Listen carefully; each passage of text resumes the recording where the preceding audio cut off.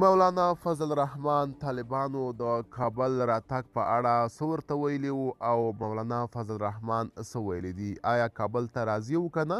ملګرو که تاسو هم غواړئ په پوره جزئیاتو پوه شئ ویډیو تر اخره وګورئ او زموږ چینل هم سبسکرایب کړئ. د افغان نیوز قدرمنو لیدونکو پام کړئ د نن ورځې تازه او مهم خبر ته.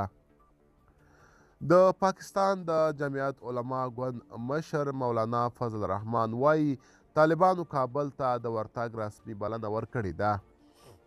نوموړي پرون پنجشنبې یوې خبري غونډې ته ویلي اوس مهال ټاکنیزو کمپاینونو کې مصروف یم، کله چې له دې ځایه بیکاره شوم اول اقدام کې به ځم افغانستان ته. زه به هڅه وکړم چې د پاکستان او طالبانو ترمنځ د راپورته شویو بې اعتمادیو حل کې مرسته وکړم.